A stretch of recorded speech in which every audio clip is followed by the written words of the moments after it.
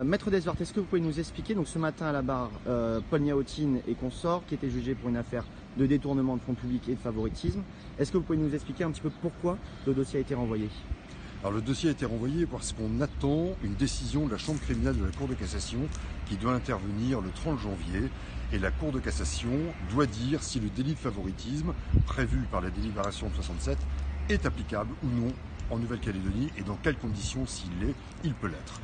Vous avez parlé de bonne application de la justice. C'est pour ça finalement. Oui, la bonne administration de la justice, c'est que bien évidemment, il y a des positions juridiques qui sont différentes et la décision de la Cour de cassation va être quasiment un arrêt de règlement pour venir dire dans quelles conditions cette infraction est applicable en Nouvelle-Calédonie. Je défends le secrétaire général de la province Nord à l'époque et je pense que ce dossier, le dossier d'une incompréhension d'un fonctionnement.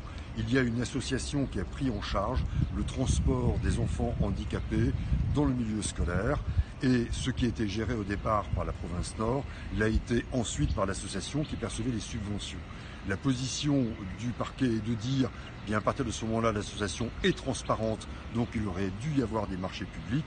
La position de la province Nord est de dire, non, l'association n'était absolument pas transparente parce qu'elle avait d'autres activités et donc elle utilisait les subventions pour ce faire. Et nous, province, nous n'avions pas besoin de faire de marché public avec cette association.